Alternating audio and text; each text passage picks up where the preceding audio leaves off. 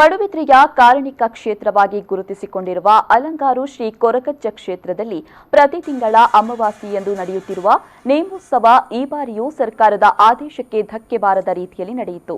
ಈ ಬಗ್ಗೆ ಮಾಹಿತಿ ನೀಡಿದ ಶ್ರೀ ಕ್ಷೇತ್ರ ಧರ್ಮದರ್ಶಿ ಸುಧಾಕರ ಗುರೂಜಿ ಅವರು, ನಮ್ಮ ಹಿರಿಯರು ಆರಾಧಿಸಿಕೊಂಡು ಬಂದಿರುವ ಶ್ರೀ ಆದಿಶಕ್ತಿ ಆದಿಮಾಯೆ ಮಂತ್ರದೇವತೆ ಕೊರಗಜ್ಜ ಸಹಿತ ಪರಿವಾರ ದೈವಗಳ ಈ ಸಾನ್ನಿಧ್ಯದಲ್ಲಿ ವರ್ಷಕ್ಕೊಮ್ಮೆ ನೇಮೋತ್ಸವ ಜರುಗುತ್ತಾ ಇದ್ದು, ಈ ಕ್ಷೇತ್ರಕ್ಕೆ ಭೇಟಿ ನೀಡಿದ ಪ್ರಸಿದ್ಧ ಜ್ಯೋತಿಷಿ ಆನಂದ ಗುರೂಜಿ ಅವರು ಕೊರಗಜ್ಜನ ಕಾರ್ಣಿಕವನ್ನ ಮನಗಂಡು ಪ್ರತಿ ತಿಂಗಳು ಕೊರಗಜ್ಜನಿಗೆ ನೇಮೋತ್ಸವ ನಡೆಸುವಂತೆ ಸಲಹೆ ನೀಡಿದ ಹಿನ್ನೆಲೆಯಲ್ಲಿ ಪ್ರತಿ ತಿಂಗಳ ಅಮಾವಾಸ್ಯೆಯ ರಾತ್ರಿ ನೇಮೋತ್ಸವ ನಡೆಯುತ್ತಿದೆ.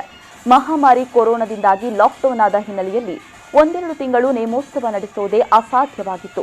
ಇದೀಗ ಸರ್ಕಾರದ ಆದೇಶದಂತೆ ಸಾಮಾಜಿಕ ಅಂತರ ಸಹಿತ ಹೆಚ್ಚು ಜನರನ್ನ ಸೇರಿಸದೆ ನೇಮೋತ್ಸವ ನಡೆಸಲಾಗಿದೆ ಎಂದರು.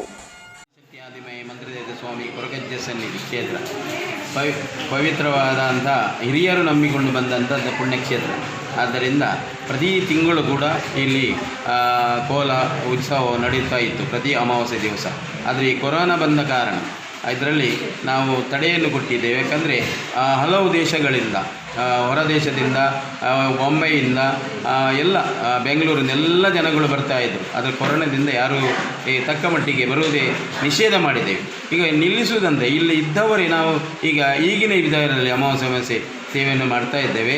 ಆ ಕೊರೋನಾದ ಎಲ್ಲ ದೋಷಗಳೆಲ್ಲ ಇದು ಹೋದ ನಂತರ ಎಲ್ಲರೂ ಹೊರಗಿನಿಂದ ಬರುವವರಿಗೆ ಈ ಸ್ಥಳಕ್ಕೆ ಅವಕಾಶ ಕೊಡ್ತೇವೆ ನಾವು. ಅವರಿಗೆ ಕೂಡ, ಹೊರಗಿನಿದ್ದವರಿಗೆ ಕೂಡ ಒಳ್ಳೆಯ ಜೀವನ, ಒಳ್ಳೆಯ ಅನುಗ್ರಹ, ಆರೋಗ್ಯವನ್ನು ಕೊಡಲಿ ಅಂತ ನಾವು ಈ ಕ್ಷೇತ್ರದಿಂದ